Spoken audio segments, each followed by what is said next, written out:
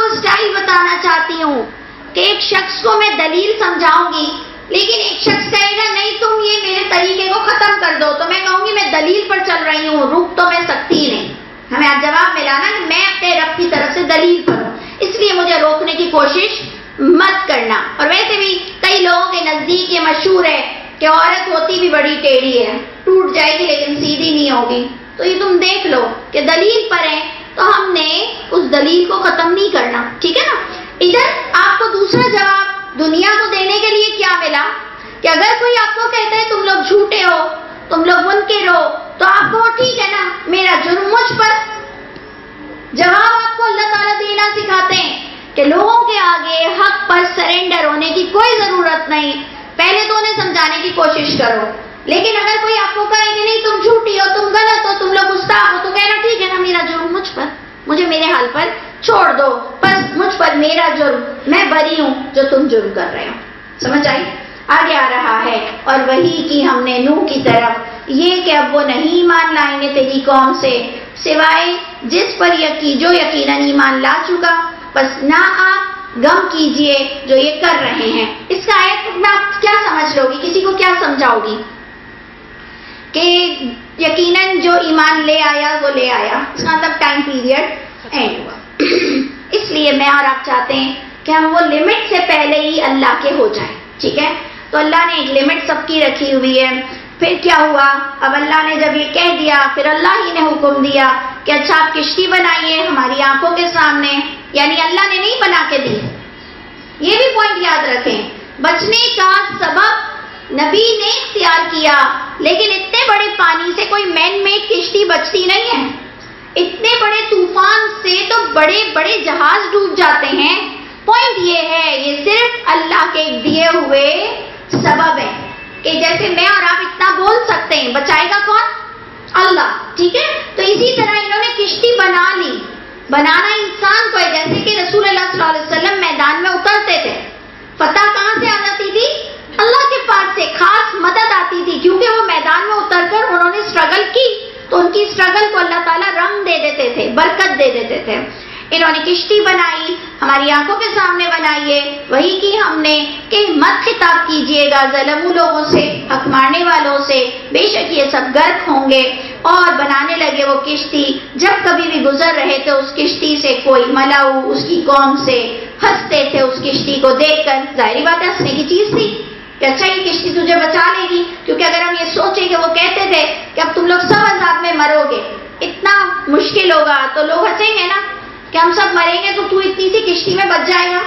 لیکن اللہ کا ایک حکم تھا تو انہوں نے اس کو کیا، کہا انہوں نے، حضرت نوح نے کہا اگر تم ہنس رہے ہو ہم پر، بس بے شک ہم بھی ہنسیں گے تم پر، جیسے کہ جو تم ہنس رہے ہو، جب تم سب کو پتہ چل جائے گا کس پر آتا ہے عذاب وہ رسوا کرتا ہے، اور کس پر اترتا ہے قائم رہنے والا عذاب، یہاں تک کہ جب ہمارا حکم آ گیا اور تنور ابل گئے۔ تنور میں ہم نے پہلے بھی اس پر ڈسکشن کی ہے، تنور کا مطلب پوری طرح سے بھر جانا، آگ کا وہ تنور کہلاتا ہے۔ تو پوری طرح سے بھر گئی چیزیں، پانی سے اوپر سے بھی گرا، نیچے سے بھی آیا، پورا پانی پانی ہو گیا۔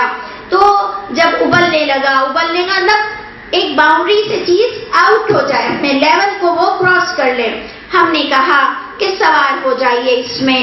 پوائنٹ پتا چلا، نبی حکم سے سوار ہوتے ہیں۔ جب ہی ہمیں پتا چلتا ہے یونس علیہ السلام سے اللہ تعالیٰ کیوں ناراض ہو گئے، انہوں نے تھوڑی سی جلدی کر گئے، یعنی نبی عذاب دیکھ کر بھی نکلتے نہیں ہیں۔ لوط کو دیکھ لیجیے، حضرت لوط علیہ السلام کے لیے کہا گیا آپ صبح نکلیے گا، سمجھ آئی؟ پتھروں کی بارش سے نکل رہے ہیں، یہ اللہ کے حکم سے بندہ نکلتا ہے، ٹھیک ہے۔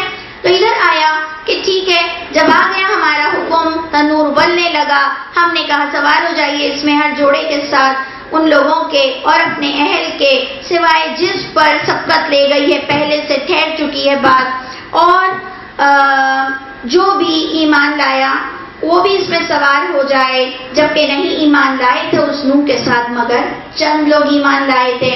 اور ہسٹری کیا بتاتی ہے اور قرآن کیا بتاتا ہے کہ 950 سال انہوں نے تبلیغ کی، کہا اللہ تعالیٰ نے کہ سوار ہو جائیے، اس میں اللہ کے نام سے اس کا چلنا ہے اور اس کا ٹھہرنا ہے، بے شک میرا رب البتہ بخشش فرمانے والے رحیم ہے۔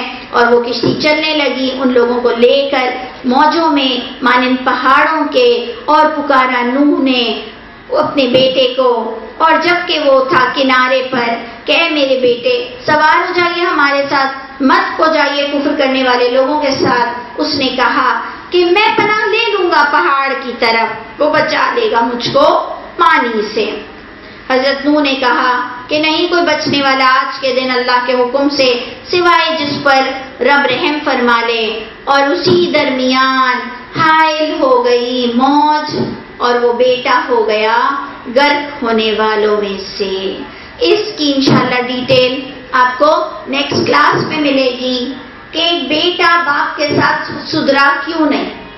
اس کا ہم شارٹ پر بتاتے ہیں، ان کی بیوی بھی گڑبڑ تھی، تو آپ دیکھ لو جہاں ماں گڑبڑ ہے وہاں اولاد بھی اکثر گڑبڑ ہو جاتی ہے۔ اور پھر آپ انشاءاللہ اس کی ڈیٹیل آپ کو نیکسٹ کلاس میں مل جائے گی کہ ان کا بیٹا نہیں بچ سکا جبکہ نبی کا بیٹا تھا۔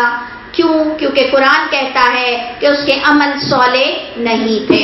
دوسری آیت میں آئے گا کہ اس کے عمل صالح نہیں تھے تو نبی کی آل نہیں کہلاتا ہے۔ اس لیے نبی کی آل، نبی کے اہل صرف خونی رشتے نہیں ہوتے ہیں، نبی کے اہل، نبی کی آل ماننے والے ہوتے ہیں۔ اور کہا گیا کہ اے زمین اپنا پانی نگل لے اور اے آسمان تھم جا، اور اتر گیا پانی، کمپلیٹ ہو گیا کام، اور جا لگی کشتی جودی کے پہاڑ پر، اور کہا گیا لعنت ہے ظلم کرنے والے لوگوں پر۔